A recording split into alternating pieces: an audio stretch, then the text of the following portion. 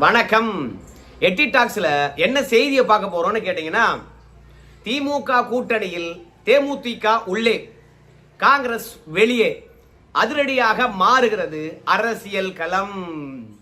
உங்க எல்லாருக்கும் தெரியும், நேற்று தேமுதிக திமுக கூட்டணியில் அவசரமாக சேர்த்து கொள்ளப்பட்டது.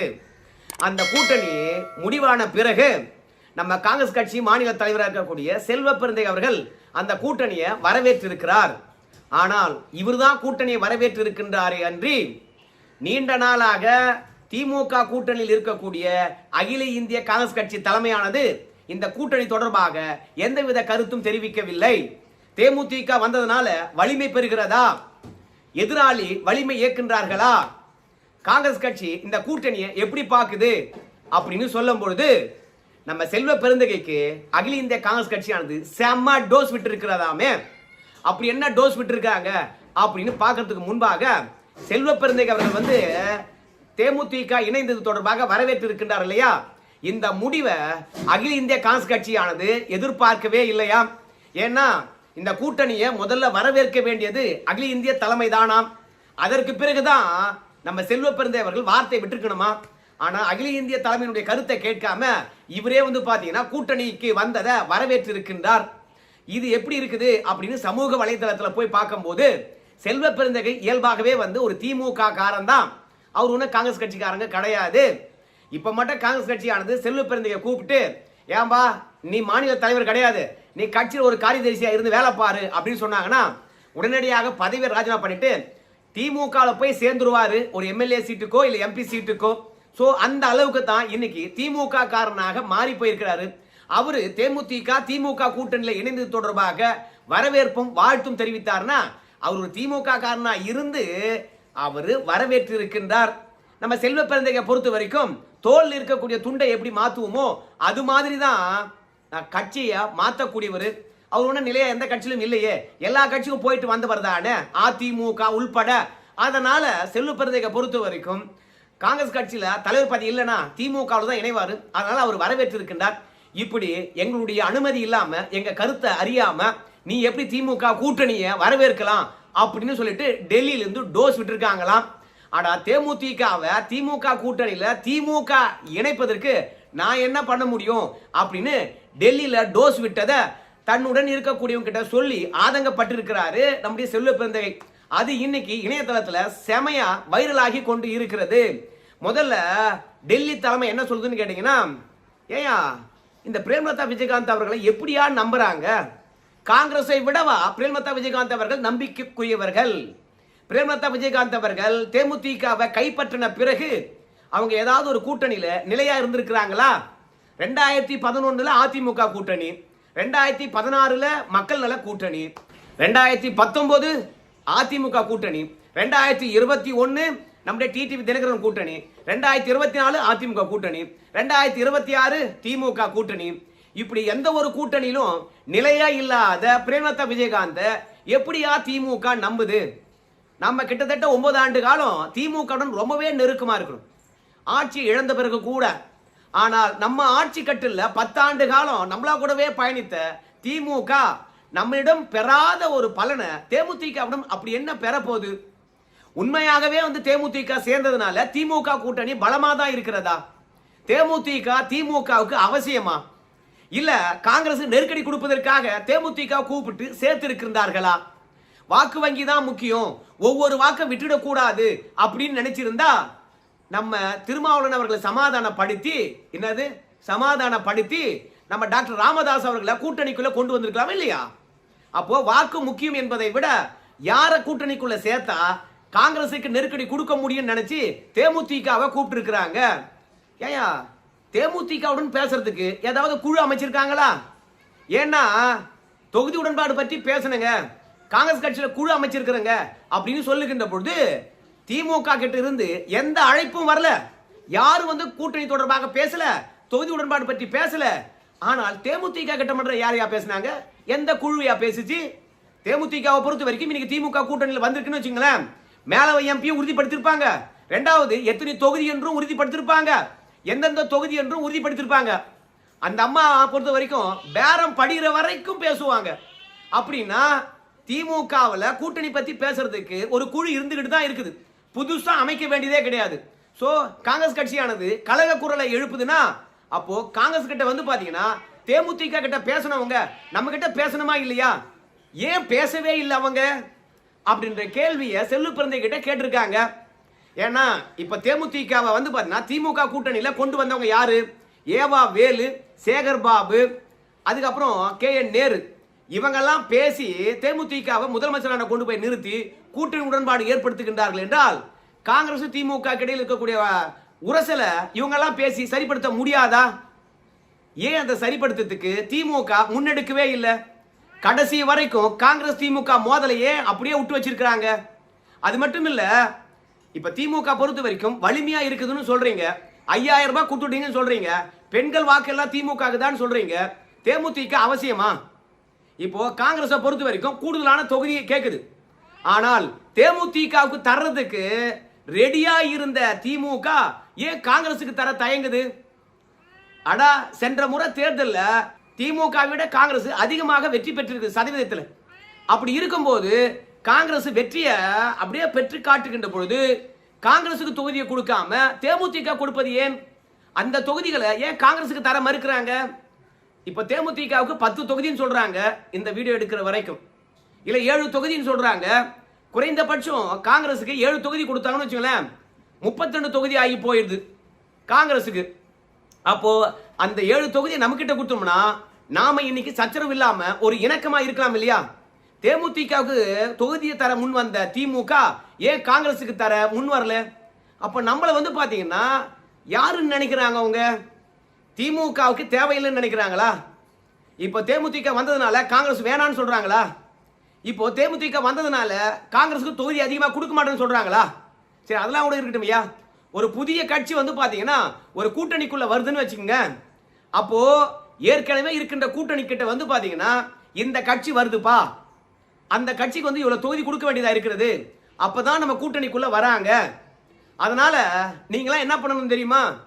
நாங்க ஏற்கனவே கொடுத்த தொகுதியை விட இத்தனை தொகுதி உங்களுக்கு அதிகமா தரோம் அப்படின்னு வந்து ஏற்கனவே திமுக கூட்டணி இருக்கக்கூடிய கட்சிகள் இடத்துல தேமுதிக வர்றதை பத்தி பேசிட்டாங்களா? அவங்களுக்கு கொடுக்க போன்ற தொகுதி பத்தி பேசிட்டாங்களா? இல்ல ஏற்கனவே கூட்டணியில் இருக்கக்கூடிய கட்சிகள் இடத்துல இவ்வளவுதான் தொகுதி தருவோம் அப்படின்னு சொல்லிட்டு சம்மதம் பெற்று விட்டார்களா? VCK okay சொல்லிடுச்சா? அப்புறம் மதிமுக ஓகே சொல்லிடுச்சா? கம்யூனிஸ்ட் கட்சிகள் வந்து ஓகே சொல்லிடுச்சா? ஏன்னா ஏற்கனவே இருக்கக்கூடிய கட்சிகள் இடத்துல தொகுதி உடன்பாடை முடிச்ச பிறகுதானே எவ்வளவு மீறுது, எவ்வளவு இருக்குது, நம்ம எவ்வளவு போட்டியிட போறோம் எல்லாம் கணக்கிட்டு தேமுதிக வந்தா இவ்வளவு கொடுக்கலாம் அப்படின்னு நம்ம ஒரு ஃபைனலைஸ் பண்ண முடியும். ஏற்கனவே இருக்கின்ற கட்சி கிட்ட எதையுமே பேசாம எந்த குழுவும் அமைக்காம, ஆனா தேமுதிக இவ்வளவு முக்கியத்துவம் தர வேண்டியது என்ன? ஏன் தந்தாங்க? யாருக்கு எதிரான சதி? அப்ப காங்கிரஸ் திமுக எப்படி பாக்குது அப்படின்னு வந்து நம்ம ராகுல் காந்தி வந்து சும்மா செல்வ பெருந்த இடத்துல ரெய்டு விட்டாராம்.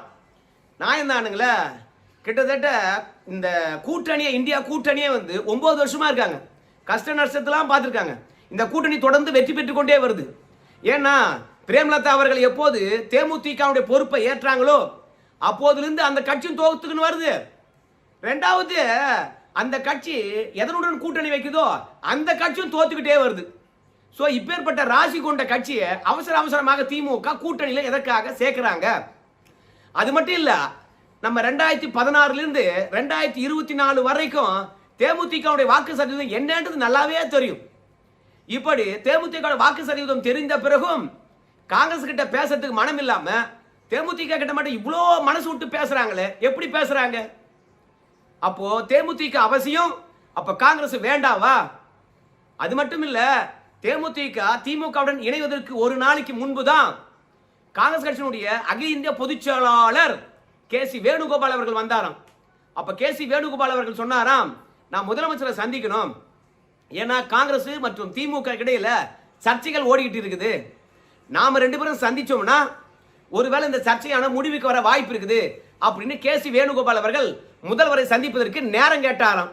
ஆனா முதல்வரை பொறுத்த வரைக்கும் KC வேணுகோபால் அவர்களை சந்திப்பதற்கு நேரம் ஒதுக்கல, சந்திக்க மாட்டேன் என்று மறுத்து விட்டாராம். ஆனா திமுக கோபத்தில் இருக்குது. நம்ம காங்கிரஸ் கட்சிக்காரங்க வந்து பாத்தீங்கன்னா ஏடா கூட பண்ணி விட்டுட்டாங்க. அப்படின்னு சொல்லிட்டு நம்ம கட்சிக்காரங்க மேல தான் தப்பு இருக்கும் அப்படின்னு நினைச்சுக்கிட்டு கேசி வேணுகோபாலை பொறுத்த வரைக்கும் இன்னொரு சந்தர்ப்பத்துல நம்ம முதலமைச்சரை சந்திச்சுக்கலாம். ஏப்பா கூட்டணி தொடர்பாக பொதுவெளியில பேசாதீங்கப்பா, அதான் திமுகவுடைய கோபத்துக்கு காரணமா இருக்கும், இல்லைன்னா அவங்களே அறிவாலயத்துக்கு கூப்பிட்டு இருப்பாங்க. ஏமா டெல்லியில இருந்து அகில இந்திய காங்கிரஸ் கட்சி பொதுச் செயலாளரே வந்திருக்கிறாருன்னா இந்த பதவியை ராகுல் காந்தியே வகித்தார். அவ்வளோ பெரிய பதவி. இன்னைக்கு கேசி வேணுகோபால் அவர்கள் தான் காங்கிரஸ் கட்சியை வழிநடத்திட்டு போறார். முக்கியமான புள்ளி, எல்லா முடிவுகளும் கேசி வேணுகோபால் தான் எடுக்கிறாரு. அது நான் சொல்லல, மணிசங்கர் ஐயர் தான் சொன்னார். இன்னைக்கு அகில இந்திய காங்கிரஸ் கட்சியானது ஒரு ஆள் கையில் தான் இருக்குது. அவர் தான் காங்கிரஸ் கட்சியை வழிநடத்திக்கிட்டு போறாரு. இந்த கேசி வேணுகோபால் ஒரு ரவுடி, அவன் தான் இன்னைக்கு காங்கிரஸ் கட்சியை வழிநடத்திக்கிட்டு போறான். ஸோ அவன்லாம் வந்து பாத்தீங்கன்னா கட்சியை வழிநடத்திட்டு போனா எப்படி காங்கிரஸ் கட்சி வெற்றி பெறும் அப்படின்னு சொன்னார். ஸோ அவ்வளோ பெரிய புள்ளி வந்திருக்கிறாரு. கூட்டணியை இறுதி செய்யக்கூடிய ஒரே புள்ளி யாருன்னு கேட்டீங்கன்னா கேசி வேணுகோபால் அவர்கள் தான். ஆனா அவரையே முதலமைச்சர் சந்திக்காம திருப்பி அனுப்பிச்சிட்டாங்களாம். ஸோ இப்படி தேமுதிக மனசுல வச்சுக்கிட்டு தான் காங்கிரஸை வந்து உதாசீனப்படுத்துறாங்களா? இப்படி காங்கிரசுக்கு திமுக என்ன தரப்போகுது என்று தெரியாத நிலையில நீ எப்படி அந்த கூட்டணியை வரவேற்கலாம்? திமுக கூட்டணியில் இருக்கக்கூடிய மற்ற கட்சிகளை பொறுத்த வரைக்கும் நாம வைக்கின்ற கோரிக்கையை வைக்கவே இல்லை. அது மட்டும் இல்ல, அவங்கெல்லாம் கூட்டணியில் இருப்போம் என்று சொல்றவங்க, ஆனா நாம கூட்டணியில இருக்கிறோமா இல்லை என்பதை பற்றி எல்லாம் அகில இந்திய தலைமை தான் முடிவு பண்ணும் அப்படின்னு சொல்லிவிட்டு நாம திமுகவுடன் உறவுல ஒதுங்கி நிற்கிறோம். ஏற்கனவே இருந்த கட்சியானது இன்னைக்கு திமுக கூட்டணியிலிருந்து ஒதுங்கி நிற்கின்ற பொழுது அந்த கட்சியை தானே முதல்ல அரவணைக்கணும் என்று திமுக நினைச்சிருக்கணும். ஆனால் ஏற்கனவே இருக்கின்ற கட்சியை கண்டுக்காம தேமுதிகவை எப்படி அவங்க இணைச்சாங்க? அப்ப காங்கிரசுக்கு அவ்வளவுதான் மரியாதையா அப்படின்ற எண்ணம் மட்டும்தான் இன்னைக்கு ராகுல் காந்தி மற்றும் அகில இந்திய காங்கிரஸ் கட்சி தலைமைக்கு இருக்கிறதா? அது மட்டும் இல்ல, திமுகவுக்கு காங்கிரஸ் மீது ஏகப்பட்ட கோபம். எப்படி தெரியுமா? சட்டப்பேரவையில் வந்து பாத்தீங்கன்னா இன்னைக்கு காங்கிரசும் திமுகவும் விலகிதான் நிக்கிறாங்க. ரெண்டு பேரும் ஒரே தளத்துல இல்ல. பட்ஜெட் படிச்சாங்க தெரியுமா? அன்னைக்கு விவசாய பட்ஜெட்டும் படிச்சாங்க. அப்போ காங்கிரஸ் கட்சிக்காரங்க கிட்ட வந்து நீங்களும் விவசாய துண்டு போட்டுங்க, ஏன்னா திமுக கூட்டணி இருக்கக்கூடிய எல்லாருமே வந்து பார்த்தா பச்சை துண்டு போட்டுக்கிட்டாங்க, நீங்களும் போட்டுக்கூடாதா அப்படின்னு சொல்லிட்டு கேட்டாங்க. இத்தனைக்கும் டாக்டர் ராமதாசனுடைய 2 எம்எல்ஏக்கள் கூட பச்சை துண்டு போட்டுக்கிட்டாங்க தோல்ல. ஆனால் காங்கிரஸ் கட்சியில் இருக்கிறவங்க யாருமே வந்து பாத்தீங்கன்னா பச்சை துண்டை போடவே இல்லை. இத்தனைக்கும் சட்டப்பேரவையில் அமைச்சர் பெருமக்கள் வந்து பாத்தீங்கன்னா காங்கிரஸ் கட்சி எம்எல்ஏக்களுக்கு துண்டு கொடுத்தாங்க. யாரும் வாங்கவும் இல்லை, யாரும் போடவும் இல்லை. அந்த அளவுக்கு திமுக வந்து பாத்தீங்கன்னா காங்கிரஸை வந்து ட்ரீட் பண்ணுது. அதனால சட்டமன்றத்திலே ஒரு பெரிய பிளவு இருக்கு. இப்படி பிளந்து நிற்கின்ற பொழுது இந்த கூட்டணியை இல்ல காங்கிரஸ் கட்சியை தானே சமாதானப்பட்டிருக்கணும். எதுக்கு முன்னுரிமை கொடுக்கணும்? அப்ப காங்கிரஸ் கட்சி முன்னுரிமை கொடுத்துருக்கணுமா இல்லையா? காங்கிரஸ் கட்சிக்கு முன்னுரிமை கொடுக்காம தேமுதிக முன்னுரிமை கொடுத்து கூட்டணியில சேர்த்துட்டாங்கன்னா நாம ஏற்கனவே கேட்ட தொகுதியை விட்டு கொடுக்கணுமா? நம்முடைய எண்ணிக்கையை குறைச்சிக்கணுமா? தேமுதிகவுடைய நலத்துக்கு காங்கிரஸ் கட்சியை பலி கொடுப்பாங்களா? அதனால நம்முடைய எண்ணிக்கையில எந்த விதத்திலும் சரி நாம சமரசம் செய்து கொள்ள கூடாது. ஆட்சியில பங்கு என்பதை உறுதியா நிக்கணும். எந்த விதத்திலும் லூஸ் ஸ்டாக் பண்ணிடக்கூடாது. அதிக தொகுதி ஆட்சியில பங்கு அகில இந்திய தலைமை முடிவு செய்யும் அப்படின்னு எங்க பார்த்தாலும் நீங்க வந்து சொல்லணும். தேமுதிக வந்தாலும் எங்களுடைய நிலைப்பாடு அதுதானுங்க. ஏன்னா எல்லா இடத்திலும் வந்து பாத்தீங்கன்னா அதிமுகவுக்கு இணையாக திமுக இணையாக பூத் கமிட்டி நாங்க போட்டிருக்கோம். ஸோ இப்படி நாங்க வலிமையா தமிழகம் முழுவதும் இருக்கின்ற பொழுது எங்களுக்கு ஏங்க குறைவான தொகுதி தராங்க? தப்பு தானுங்களே. அந்தந்த ஊர்ல எல்லாரும் ஓய்ச்சிட்டு காங்கிரஸ் கட்சிக்கார எனக்கு எந்த வாய்ப்பும் கிடைக்கலையே அப்படின்னு அல்லவா சொல்றான். ஸோ அவங்களுக்கு எம்எல்ஏ சீட்டு இல்லை என்றாலும் கூட ஊராக உள்ளாட்சி, மாநகராட்சி, நகராட்சி, பேரூராட்சி அந்த மாதிரி தேர்தலில் ஒரு வாய்ப்பு தரலாமே. ஸோ அதில் ஒரு வாய்ப்பு தருகிறேன் அப்படின்னு உத்தரவாதம் கொடுக்கட்டும்.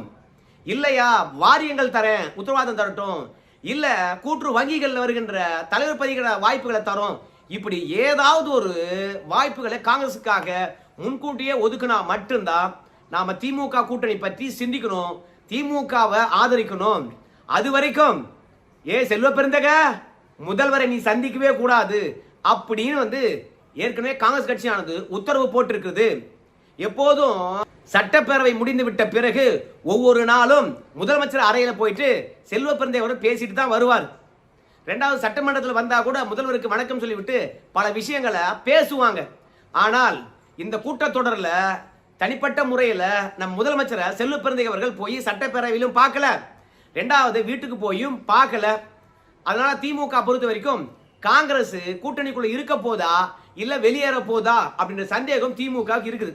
அந்த சந்தேகத்தின் அடிப்படையில் தான் தேமுதிகவுக்கு அவ்வளோ முக்கியத்துவம் கொடுத்து இன்னைக்கு கூட்டணியில சேர்த்திருக்கிறாங்க. காங்கிரஸ் கட்சி எவ்வளவு பணம் கேட்கும் தெரியாது, ஆனா தேமுதிக எவ்வளவு பணம் கேட்கும் சொல்லிட்டு காங்கிரஸ் கட்சிக்காரங்க நல்லா தெரியும் இல்லையா?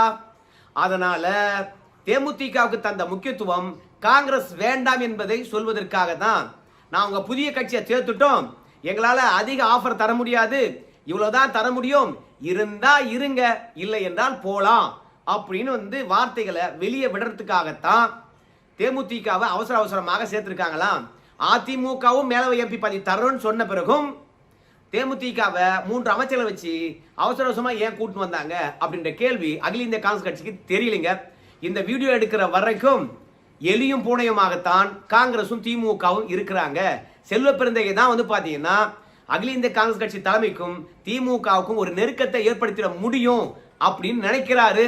அது மட்டும் இல்ல, சட்டப்பேரவையில் ஒட்டுமில்ல உறவும் இல்லாத அளவுக்கு திமுக உறுப்பினர்களும் காங்கிரஸ் உறுப்பினர்களும் நடந்து கொண்டார்கள் இல்லையா? சோ இது திமுகவுக்கு அதிர்ச்சியை தர மாதிரி இருந்தது. ஆனா ஏன் அப்படி இருக்கிறோம், என்ன காரணம் அப்படின்றத செல்வ பெருந்தகை அவர்கள் முதலமைச்சர் வீட்டுக்கு நேரடியாக போய் விலக்கி இருக்கிறாரு. ஏயா எங்கேயும் போக கூடாதுன்னு சொன்னாங்கன்னு சொன்னா காங்கிரஸ் கட்சியில, ஆமாங்க கட்சி விஷயமா தான் எங்கேயும் போக கூடாது, சொந்த விஷயமா போலாம் இல்லையா? அதனால செல்வ பெருந்தகை அவரை பொறுத்த வரைக்கும் தன்னுடைய மகள் கல்யாணத்துக்கான திருமண அழைப்பு முதலமைச்சர் கொடுக்கிற சாக்குல போயிட்டு அகில இந்திய தலைமை என்ன சொல்லி இருக்குது, ரெண்டாவது இங்க இருக்கக்கூடிய காங்கிரஸ் கட்சியில் இருக்கவங்க என்ன சொல்லி இருக்கிறாங்க அப்படின்னு சொல்லிவிட்டு முதலமைச்சருக்கு முழுவதுமாக விளக்கி இருக்கின்றார்கள். ஸோ இப்படி செல்வ பெருந்தகையுடைய ஒட்டுமொத்தமான விளக்கத்தையும் கேட்ட பிறகுதான் மறுநாளே பார்த்தீங்கன்னா தேமுதிகவை கூட்டணியில் இணைத்திருக்கின்றார்கள். ஸோ அப்போ தவேகாவுக்கு போறது ஒரு முன்னெடுப்பு காங்கிரஸ் முன்னெடுக்குது. அதனால தான் முதல்வரை சந்தித்த மறுநாளே பார்த்தீங்கன்னா திமுக தேமுதிக கூட்டு சேர்த்திருக்கிறாங்க. அப்போ செல்வ பெருந்தகை தான் பார்த்தீங்கன்னா டெல்லியில் என்ன நினைக்கிறாங்க என்ற விஷயத்தை மகள் திருமண அழைப்பதை கொடுக்கும்போது முதலமைச்சர் சொல்லி இருக்கிறாங்க. ஸோ மொத்தத்தில் காங்கிரஸுக்கு கௌரவமான இடங்கள் கிடைக்கலன்னா தேமுதிக உள்ள வந்ததும் காங்கிரஸ் வெளியேறும் என்பதில் மாற்று கருத்து இல்லவே இல்லைங்க. பார்க்கலாம், இந்த வீடியோ எடுக்கிற வரைக்கும் இதுதான் சுச்சுவேஷன். அதற்கு பிறகு மாறி இருந்தால் நான் பொறுப்பு இல்லை. அந்த செய்தியை அப்போதே உங்களுக்கு தருகின்றேன். நன்றி.